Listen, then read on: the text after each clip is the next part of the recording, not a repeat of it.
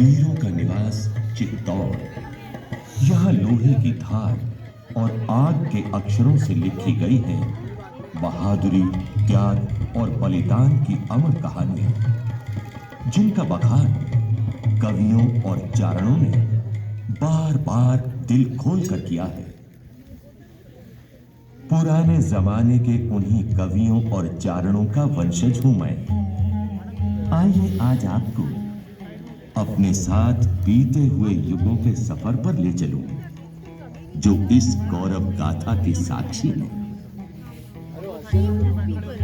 राजस्थान में मेवाड़ के मैदान को सींचने वाली गंभीरी नदी के किनारे बने चित्तौड़ के इस किले को कब और किसने बनवाया, इसकी कहानी इतिहास के अंधेरों में खोई हुई है। लेकिन जानकारों का कहना है कि इस किले को आज से 1500 साल पहले राजस्थान के मौर्य राजा चित्रांगद ने बनवाया था।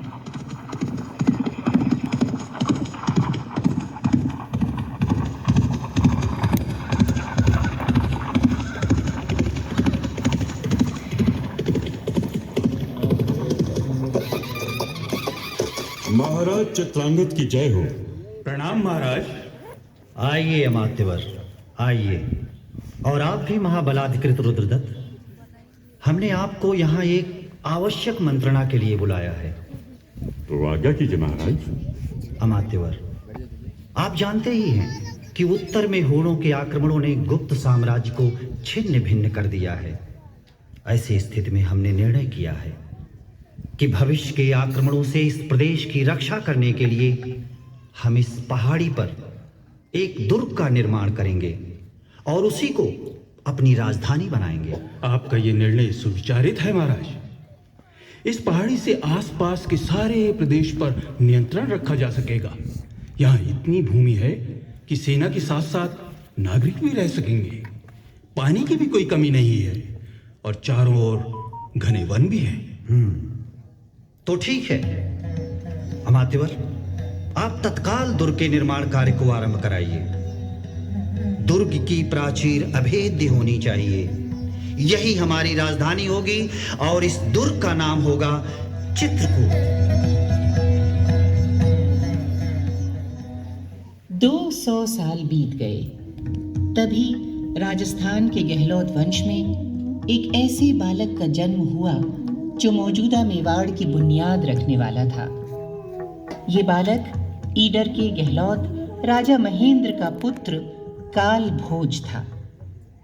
गहलोत वंश को एक बार फिर विपदा का सामना करना पड़ा। ईडर के भीलों ने गहलोत राजा महेंद्र के खिलाफ विद्रोह कर दिया। महेंद्र की रानी को अपने 3 वर्ष के बालक काल भोज के साथ नागदा में शरण लेनी पड़ी, जहां ये बालक मंदिर के पुजारियों की गायें चराते हुए बड़ा हुआ। तभी एक दिन वन में गायें चराते हुए उसकी भेंट हारीत ऋषि से हुई। ओम नमः शिवाय। ओम नमः। कौन है? क्षमा करें महाराज, मैंने ध्यान नहीं दिया कि आप यहाँ तपस्या कर रहे हैं। कौन है तू दंड बालक, जो इस पवित्र स्थान में बेरोक टोक घुसा रहा है? मेरा नाम कालभोज है स्वामी जी। मैं महाराज कुहिल के वंशधर महाराज महेंद्र का पुत्र हूँ। परंतु तू इस कुंज में कैसे आया? कई दिनों से ये धोरी गाय गोधूली के समय सूखे थन लेकर लौटती थी। सबको संदेह था कि इसका दूध मैं ही पी जाता हूँ। आज जब मैं इसके पीछे पीछे इस कुंज में आया तो देखा कि इसके थनों से दूध अपने आप झर रहा है। तभी आपने मुझे देख लिया। तू बड़ा भाग्यशाली है बालक। जहां तेरी गाय का दूध झर रहा था वो भगवान एकलिंग का पवित्र स्थान है। तुझ पर उनकी विशेष कृपा दिखेगी। कल से तू यहाँ आकर हमसे शस्त्र विद्या के साथ साथ शास्त्र विद्या भी ग्रहण कर। हम तुझे एकलिंग का दीवान घोषित करते।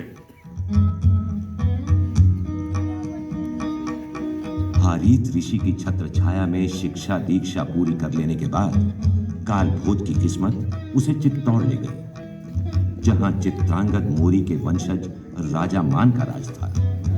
राजा मान ने काल भोज को अपना सामंत बना लिया।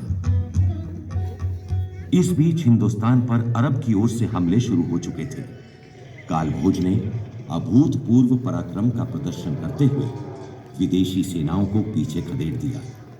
धीरे धीरे कालभोज की बढ़ती हुई लोकप्रियता ने अनेक सामंतों को उसके पक्ष में खड़ा कर दिया और सन 734 में इन सामंतों ने राजा मान की जगह कालभोज को चित्तौड़ की राजगद्दी पर बिठा दिया। एक लिंग के दीवान के साथ साथ कालभोज अब बप्पा रावल भी कहलाने लगा। हिंदुआ सूरज महाराज बप्पा रावल की जय, राजगुरु महाराज बप्पा रावल की जय, चक्रवर्ती महाराज बप्पा रावल की जय। बप्पा रावल ने अपने राज्य की सीमाओं का विस्तार किया और मेवाड़ को हिंदुस्तान के नक्शे पर स्थापित कर दिया। आज तक बप्पा रावल का नाम समूचे राजपूताने में बड़े सम्मान से लिया जाता है। हालांकि बप्पा रावल ने विदेशी हमलावरों को मुंह तोड़ जवाब दिया था, लेकिन रास्ता खुल चुका था। मेवाड़ के राजा जान की बाजी लगाकर अपनी आन बान शान का झंडा बुलंद रखते रहे। बहादुरी और बलिदान की ऐसी ही एक कहानी आज भी लोगों की जुबान पर है। ऐसा कौन होगा जिसने चित्तौड़ की रानी पद्मिनी का नाम न सुना हो। 13वीं सदी के आखिरी हिस्से में चित्तौड़ पर रावल रतन सिंह का राज था। रतन सिंह का शौर्य और स्वाभिमान देश भर में जितना प्रसिद्ध था, उतनी ही प्रसिद्ध थी उनकी रानी पद्मिनी की सुंदरता।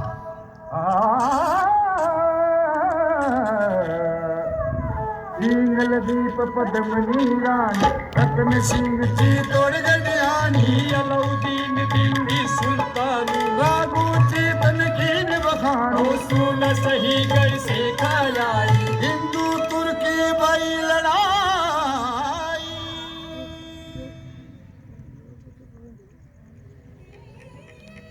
अलाउद्दीन खिलजी ने चित्तौड़ को जीतने की योजना बनाई। बड़ा गुरूर है तुम्हारे रतन सिंह को रघुनाथ।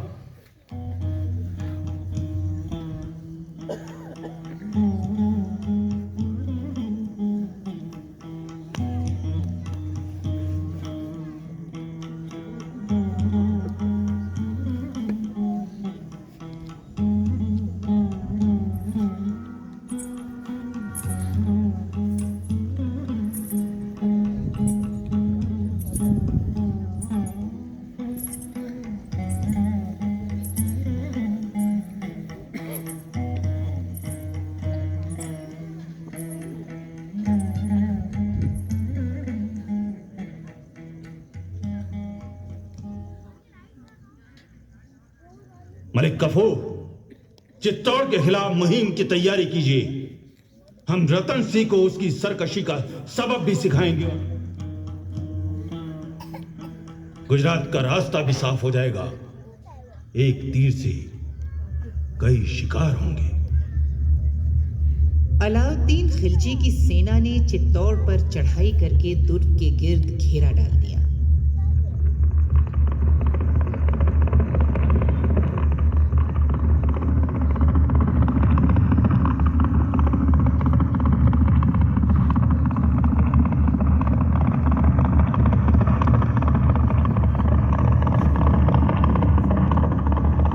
लेकिन चित्तौड़ को जीतना इतना आसान न था। अंत में सुल्तान ने रावल रतन सिंह को एक संदेश भेजा।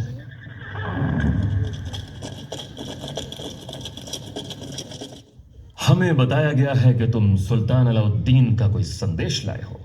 जी रावल साहब, हमारे सुल्तान को इस बात पर बेहद अफसोस है कि दोनों ही तरफ के सिपाही नाहक हलाक हो रहे हैं। इसलिए सिकंदर सानी आफ्ताब जमा सुल्तान अलाउद्दीन ने पैगाम भेजा है कि वो अपने चंद अहलकारों के साथ बातचीत के लिए आपके किले में आने की ख्वाहिश रखते हैं।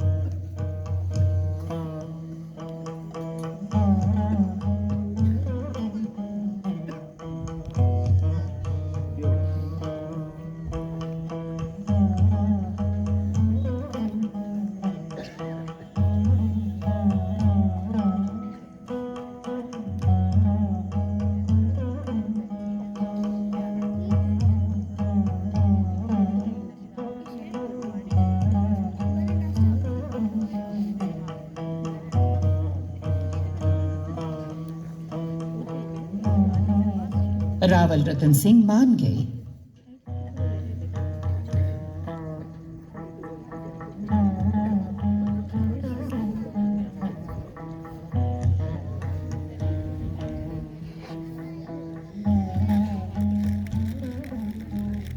आपने हमें अपना मुरीद बना लिया है रावल साहब। हम भी आपके प्रेम भरे व्यवहार से बहुत प्रभावित हुए हैं सुल्तान। ये तो आपकी मेहरबानी और जरा नवाजी है रावल रतन सिंह। आपकी शान और शौकत और खातिरदारी ने हमें जीत लिया है। अब हम इजाजत चाहते हैं। आइए दरवाजे के बाहर तक आकर हमें रुखसत कीजिए। ये तो हमारा कर्तव्य है सुल्तान। चलिए लीजिए, हम किले के बाहर तक आ गए हैं। आपका डेरा भी सामने है। अब हमें विदा दीजिए। हम विदा देने नहीं, विदा कराने आए हैं रावल रतन सिंह। सिपाहियों, गिरफ्तार कर लो रावल साहब को और ले चलो हमारी छावनी में। धोखा, धोखा है।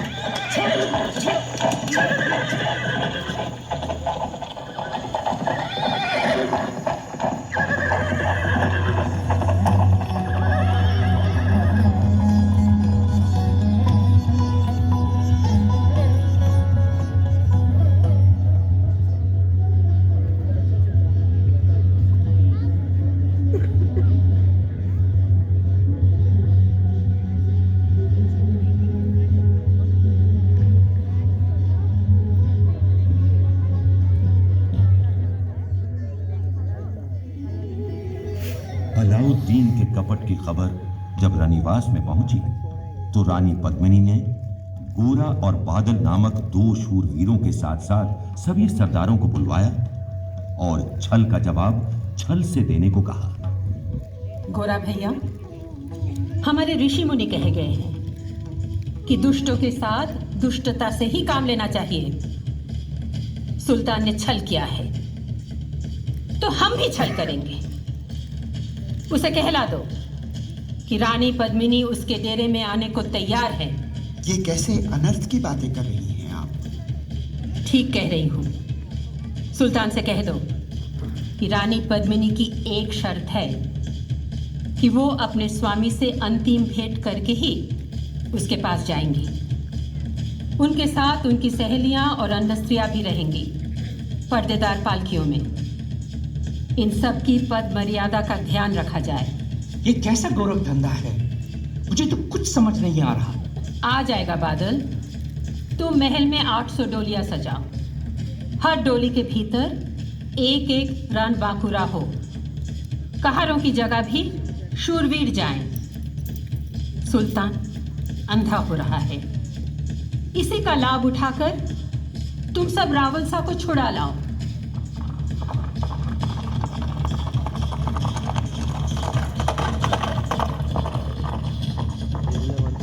गोरा और बादल ने इसी चाल से काम लेकर रावल रतन सिंह को छुड़ा लिया। जब तक अलाउद्दीन को पता चलता, रावल रतन सिंह बादल के साथ दुर्ग के भीतर पहुंच चुके थे। पीछे की कमान गोरा ने संभाली। भारी मारकाट शुरू हो गई।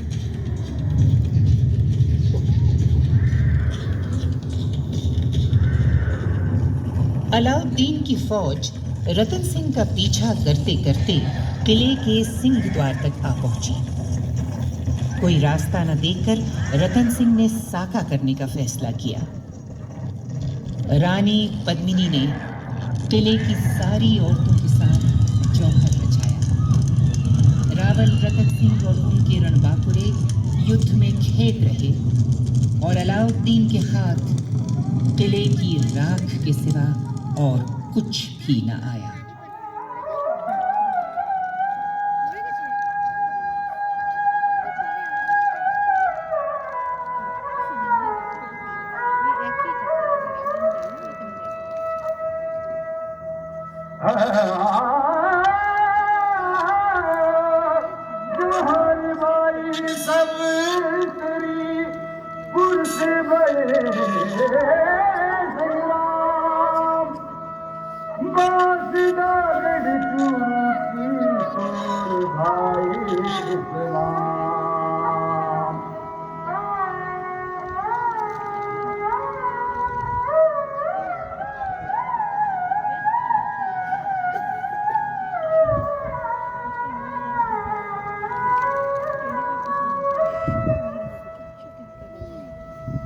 चौथाई सदी बीत गई। इस बीच मेवाड़ के बाहर और भीतर अनेक घटनाएं घट रही थीं, जिनका असर चित्तौड़ की राजगद्दी पर बैठे राणाओं पर पड़ रहा था। सन 1433 में जब महाराणा कुंभा चित्तौड़ में मेवाड़ की राजगद्दी पर बैठे, तो मालवा में सुल्तान महमूद खिलजी और गुजरात में बादशाह कुतुबुद्दीन शासन कर रहे थे। महाराणा कुंभा अपने समय के अत्यंत प्रतापी शासक थे।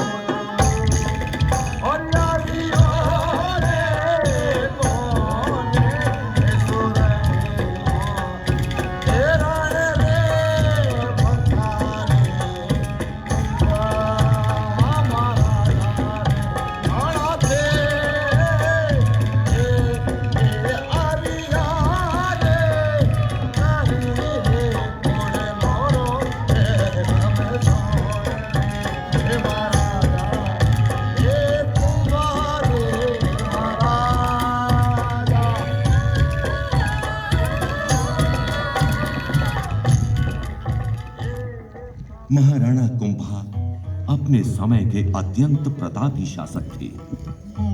अपने 35 वर्ष के राज्यकाल में उन्होंने मेवाड़ को उत्तर भारत के राज्यों का सिरमौर बना दिया।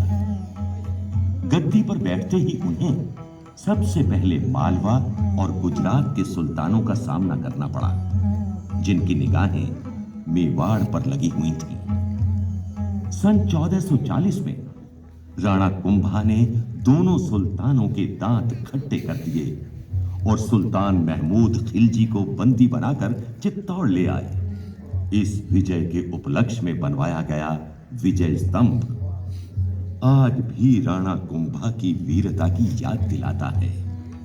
महाराणा कुंभा ने चित्तौड़ के राजभवनों में अनेक नई इमारतें जोड़ी और विष्णु के वराह अवतार की प्रतिष्ठा में कुंभ श्याम मंदिर बनवाया। वो स्वयं शिल्प शास्त्र के जानकार थे और मेवाड़ के अन्य स्थानों में भी उन्होंने अनेक मंदिर और किले बनवाए। तलवार के धनी होने के साथ साथ महाराणा कुंभा साहित्य और संगीत में भी गहरी रुचि रखते थे। उन्होंने जयदेव की अमर कृति गीत गोविंद की टीका लिखी थी और अपने ग्रंथ संगीत राजवार्तिक में संगीत की राग रागनियों का वर्णन किया था।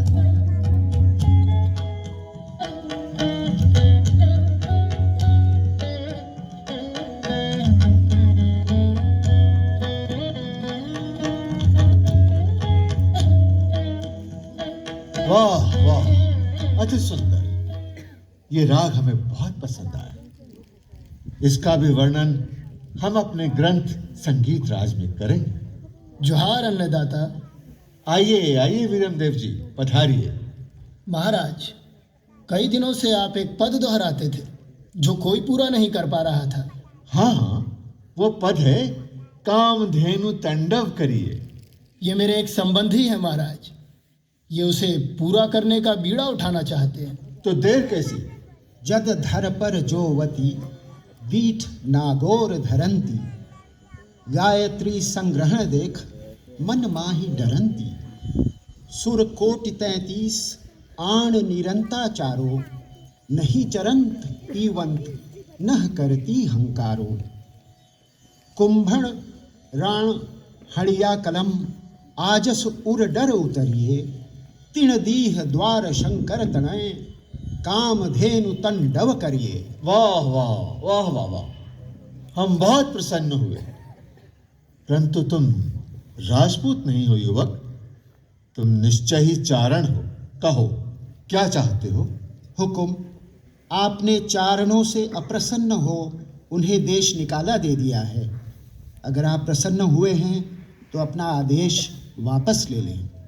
ठीक है, जाओ अपने भाई बंधुओं से कह दो कि वो फिर मेवाड़ में बस सकते हैं। राणा कुंभा के बाद चित्तौड़ को एक बार फिर अनिश्चितता के दौर से गुजरना पड़ा। राजगद्दी के लिए उनके वंशजों के बीच खींचातानी होती रही।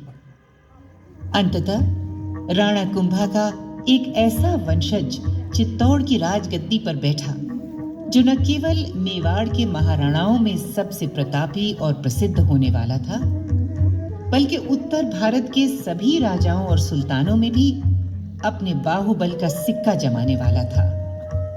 इस प्रतापी राज्येश्वर का नाम था संग्राम सिंह, जिसे दुनिया राणा सांगा के नाम से जानती है।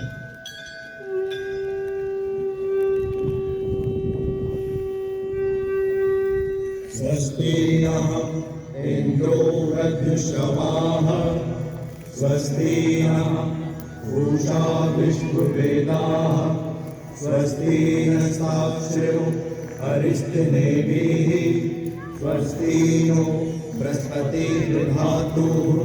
ओम शांति शांति शांति। मेवाड़ की गद्दी पर बैठते ही राणा सांगा ने अपने राज्य को संगठित करना शुरू कर दिया। तभी हिंदुस्तान के इतिहास ने एक बार फिर करवट ली। इस बार का परिवर्तन युगांतरकारी साबित होने वाला था। सन 1526 में सुदूर पानीपत के मैदान से एक ऐसी खबर राणा सांगा के दरबार में पहुंची जिससे आने वाले तूफान का पता चलता था। नवाब हसन खां मेवाती, ये तो सचमुच अचरज में डालने वाली खबर है। खबर हैरत अंगेज ही नहीं है राणा साहब, परेशान कर देने वाली भी है। राणा साहब, किसे अंदाजा था कि इतनी बड़ी बादशाही फौज को पानीपत के मैदान में बाबर की छोटी सी फौज से शिकस्त खानी पड़ेगी? बादशाह इब्राहिम लोदी कहाँ है? वो मैदानी जंग में शहीद हुए। इसीलिए तो बाबर के हौसले इतने बुलंद हैं। इन घटनाओं के पीछे हमें भारी संकट की आहट सुनाई दे रही है नवाब साहब।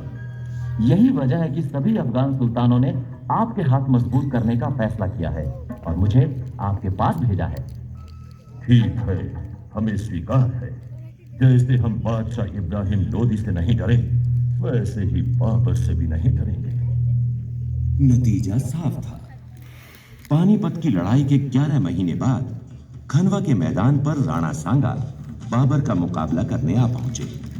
जब बाबर ने खनवा पहुंचकर मोर्चेबंदी की तो राणा सांगा की फौज देखकर बाबर के सैनिक हिम्मत हार बैठे।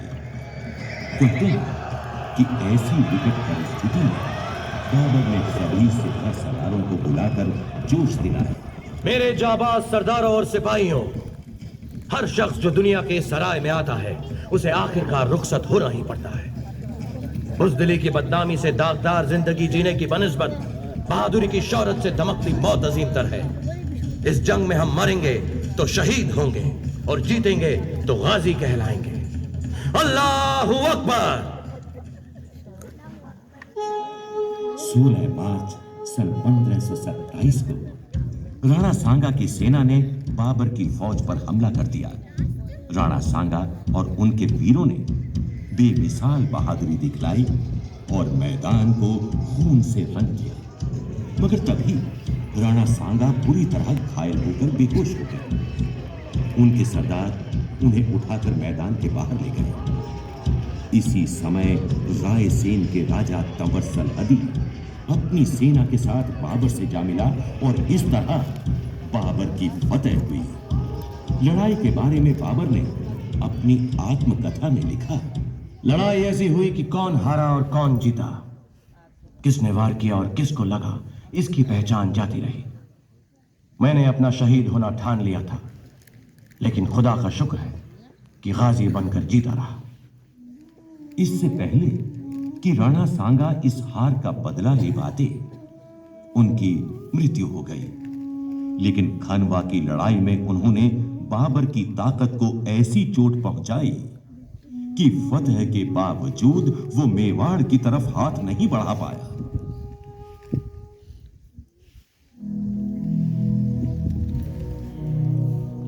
जिन दिनों मेवाड़ में तलवारों की झंकार और वीरों की हुंकार सुनाई देती थी, उन्हीं दिनों लड़ाई और मार काट के कोलाहल को चीरती हुई भक्ति और प्रेम की एक ऐसी आवाज बुलंद हुई जिसके स्वर आज भी भारत के कोने कोने में गूंज रहे हैं।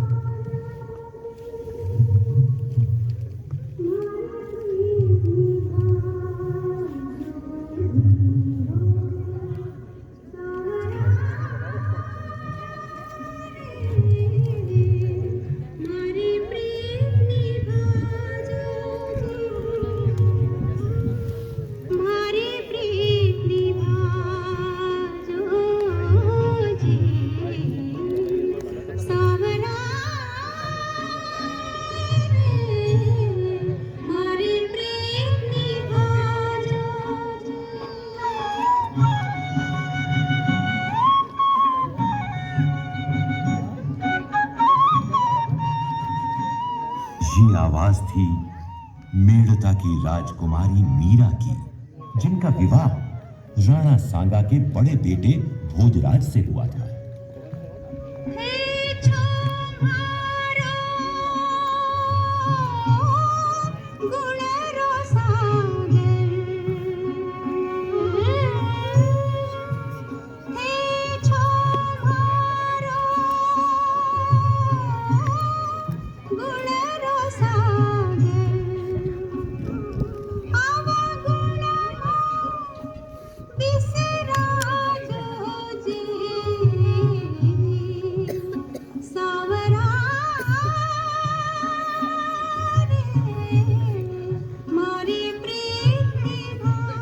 मीराबाई के मन में गिरधर गोपाल की भक्ति का बीज बचपन ही से पड़ गया था।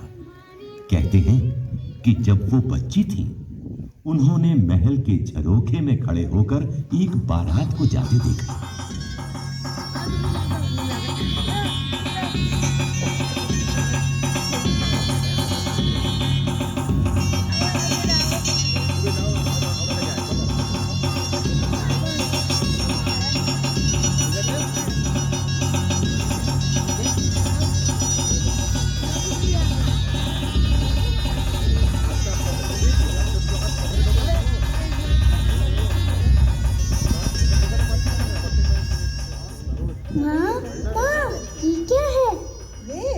बारात है बेटी। बारात क्या होती है?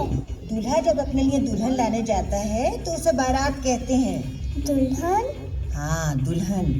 जब लड़की का ब्याह होता है तो वो दुल्हन बनती है और उसका दूल्हा उसे ब्याह ले जाता है। क्या मेरा भी ब्याह होगा माँ? हाँ, तेरा भी ब्याह होगा। तो मेरा दूल्हा कहाँ है माँ? तेरा दूल्हा वो उधर देख, वो मंदिर में। वो तो गिरधर गोपाल है माँ। हाँ, वो गिरधर गोपाल ही तेरा दूल्हा है। बस मीरा के मन में गांठ बंध गई और गठजोड़ हो गया। मीरा कृष्ण के रंग में ऐसी रंगी कि नित नए गीत रचकर अपने गिरधर गोपाल के गुण गाने लगी।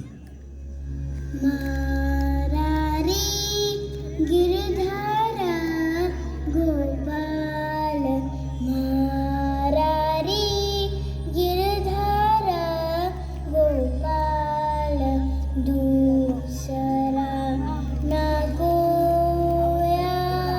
मारारी गिरधारा गोपाल दूसरा ना कोया।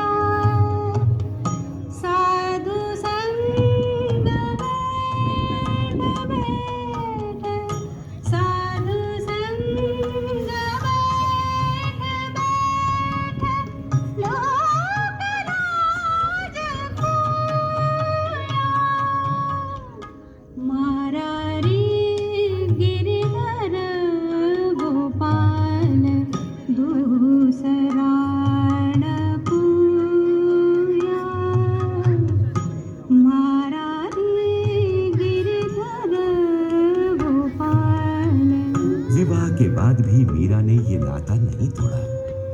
पहले तो उनके पति ने विरोध किया, लेकिन बाद में उनकी भक्ति देखकर भोजराज ने मीरा को कुंभ श्याम मंदिर में समय समय पर साधु सत्संग में जाने की अनुमति भी दे दी। लेकिन मीरा के विवाह के 10 वर्षों के अंदर ही उनके पति भोजराज और ससुर राणा सांगा का देहांत हो गया। मीरा के देवर विक्रमादित्य और ननद उदा ने लोक लाज का वास्ता देकर उन्हें दुख देना शुरू कर दिया। भाभी, तुम्हें लोक लाज का कुछ भी ध्यान नहीं? ये सूर्यवंशी सिसोदियों का कुल है। पता भी है कैसी कैसी बातें हो रही हैं तुम्हें लेकर। साधुओं की संगत कब से अधर्म हो गई जीजी? मीरा, मीरा, तू अब विधवा है। तुझे पराये पुरुषों के बीच बैठकर ये सब गाना वाना शोभा नहीं देता। जब तक मेरे गिरिधर गोपाल हैं, मीरा विधवा कैसे हो सकती है? जब बीरम देव को मीरा पर हो रहे अत्याचारों की खबर मिली तो उन्होंने मीरा को वापस मेड़ता बुला लिया।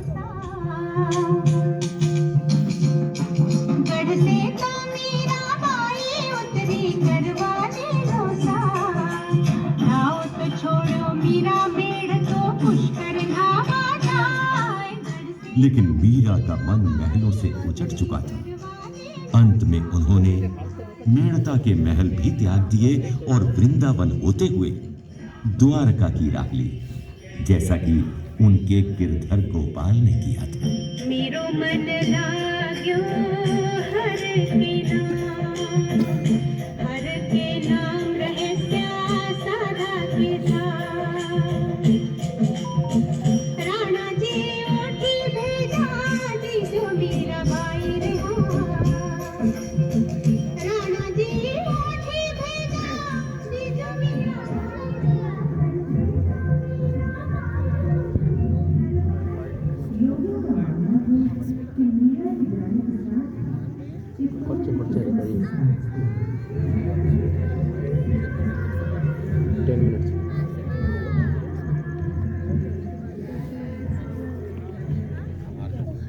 मेवाड़ में भारी उथल पुथल का दौर शुरू हो चुका था।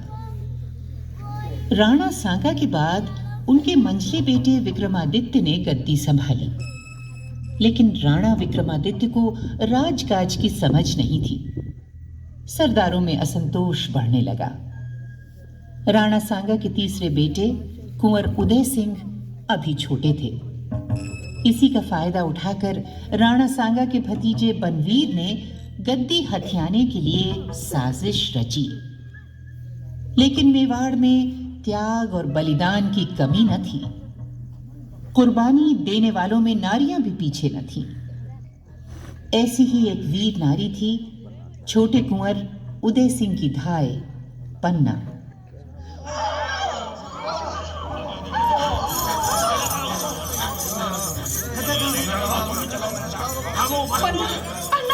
अरे ये शोर कैसा है बारिश?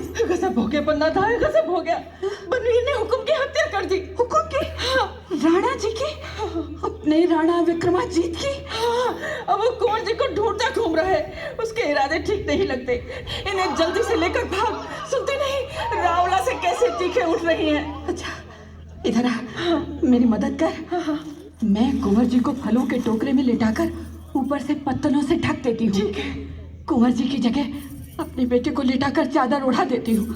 बनवीर को क्या पता चलेगा? रावला की हड़बड़ाहट का फायदा उठाकर तू ये टोकरा लेकर किले के बाहर निकल जा। मैं तुझे वहीं मिलूंगी। कहाँ है छोटा कुंवर? क्यों पन्ना, कुंवर कहाँ है? कुंवर जी सो रहे हैं। क्या काम है? काम तो कुंवर से ही है। किधर सोया है? वो रहे लो फिर अपने रास्ते का रहा सहा कांटा भी साफ कर देता हूं। लो हो गया काम तमाम। अब मुझे निष्कंटक राज करने से कौन रोक सकता है? राजकाज मर्दों का काम है, इन बालकों और बाल बुद्धि वालों का नहीं। चलो अब हमारी आन की दुहाई फिरवा दो।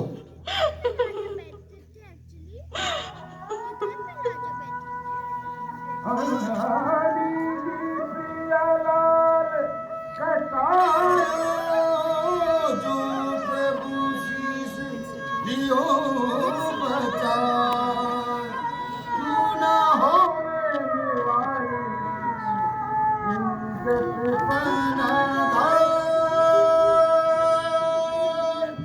है पन्ना धाय, धन्य है उसका बलिदान। पन्ना धाय ने अपने कुल के चिराग की बलि देकर मेवाड़ की ज्योति को बुझने से बचा लिया।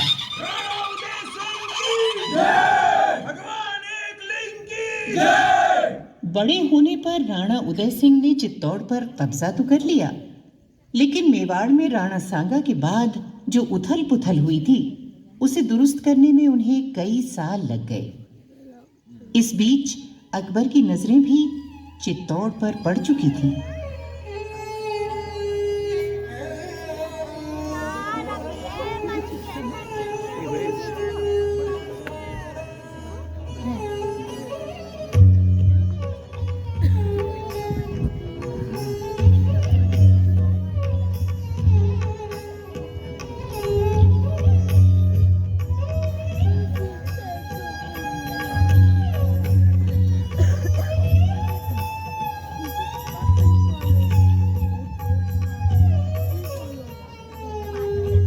राजा भगवान दास, हमने मालवा के सरकश सुल्तान बाज बहादुर को सबक सिखाने के लिए दिल्ली से कूच किया था और यहाँ धौलपुर में मुकाम किया है। लेकिन अब हमें अपने इरादों में तब्दीली करनी होगी। हम मालवा से पहले चित्तौड़ को फतेह करेंगे।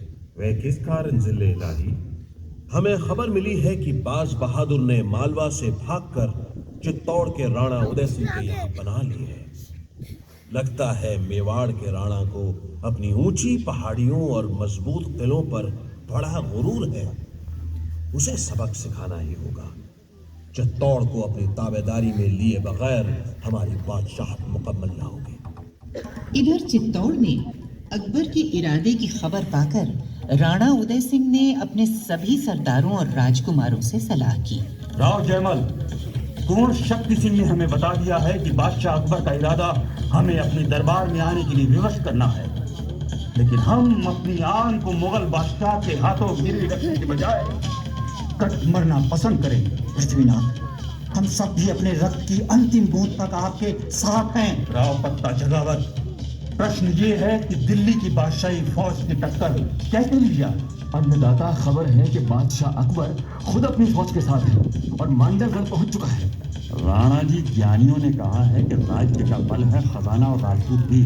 गुजराती बादशाहों के हमलों से खजाना भी कट गया है और रण बांकुरे भी कम हो गए। आप कहना क्या चाहते हैं? यही राणा जी के बादशाह अकबर से सीधे मुकाबले में बर्बादी के सिवा कुछ हासिल नहीं होगा।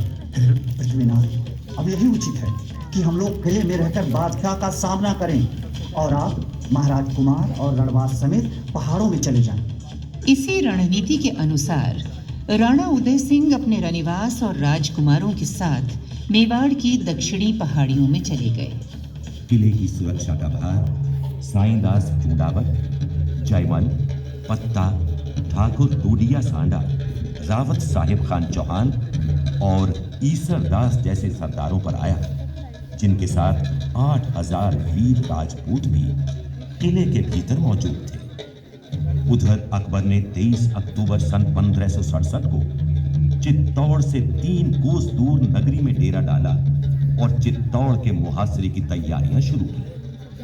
मोर्चाबंदी के बाद बादशाही लश्कर के सिपा सलारों ने किले के चारों तरफ से हमले शुरू किए।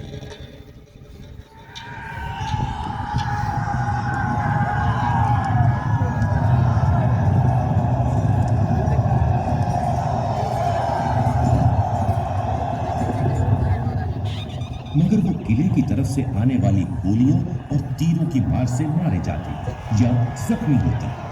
तो अंत में अकबर ने चित्तौड़ी बुर्ज की तरफ 2 सुरंगें लगाना तजवीज किया। दौड़ो दौड़ो, चित्तौड़ी बुर्ज की तरफ 2 जगह सुरंगों से किले की दीवार टूट गई है। किसी को अंदर मत आने दो।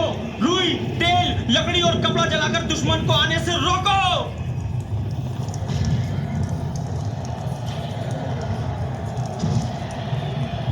राजपूत रणबांकुरों ने अकबर के सैनिकों से जमकर मुकाबला किया। हमला रोक दिया गया और रात भर में किले की दीवार फिर से खड़ी कर दी गई। लेकिन एक दिन किले में खाने पीने का सामान खत्म हो गया। साईदास जी, किले में अब कुछ भी खाने पीने के लिए नहीं बचा है। भूख से मरने से तो लड़ते हुए मरना बेहतर है जयमल। मेरे विचार में अब हम सबको जौहर और साका के लिए तैयार हो जाना चाहिए। मेवाड़ के रणबांकुरों ने सदा की तरह आखिरी संघर्ष की तैयारी की, जिसका अंदाजा बादशाह अकबर को भी हो गया।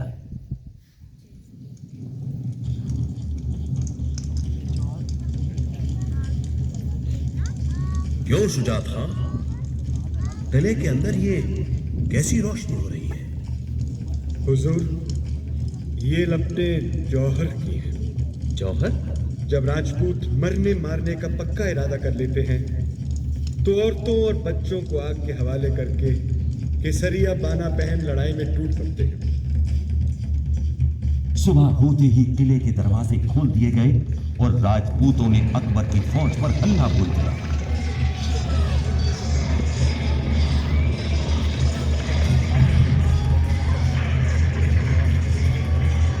कसम खुदा की, बड़ा सख्त हमला है मेवाड़ियों का। हाथी की सूंड में दुधारी खाने बांध कर बढ़ाओ। अजमत खां, अरे सैनिक है जंग के दूत, एक एक आदमी 50-50 पर भारी पड़ रहा है।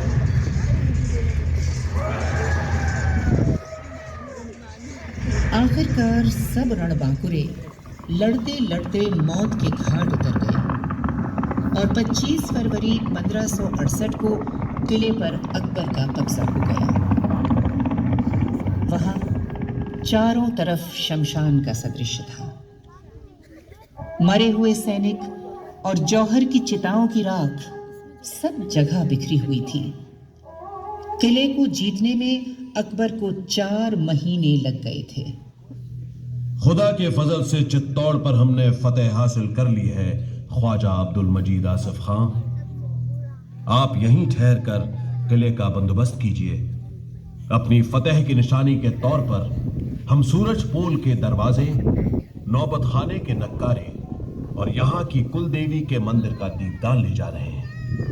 पत्ता और जयमल की बहादुरी से अकबर इतना प्रभावित हुआ था कि उसने हाथी पर सवार उनकी विशाल काय प्रतिमाएं बनवाकर आगरा के किले के दरवाजे पर लगवाई थी।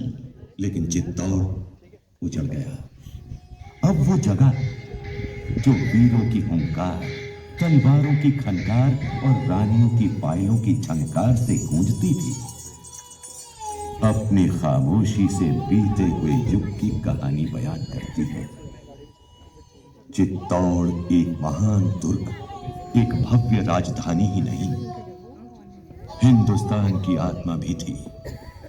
वो आत्मा जो पराजित होकर भी कभी नहीं मरती, अपनी राख से बार बार उठ खड़ी होती है, चोला बदलकर नए नए रूपों में प्रकट होती रहती है। चित्तौड़ उसी आत्मा का एक चोला था और सदा सदा उसकी याद जिंदा रखेगा।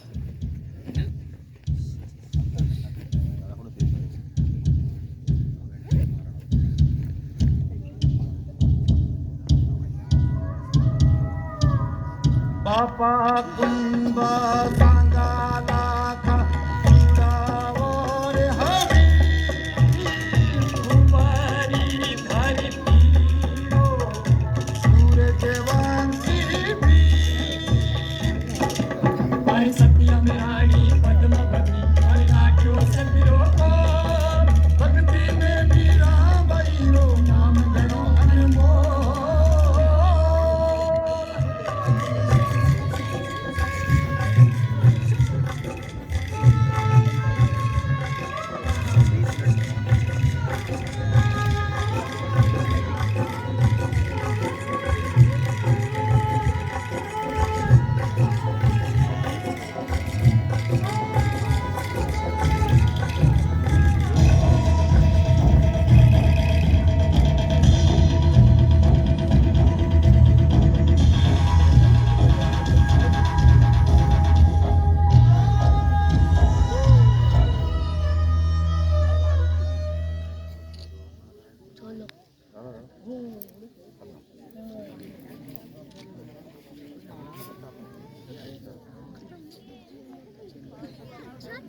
दाड़ा दाड़ा दाड़ा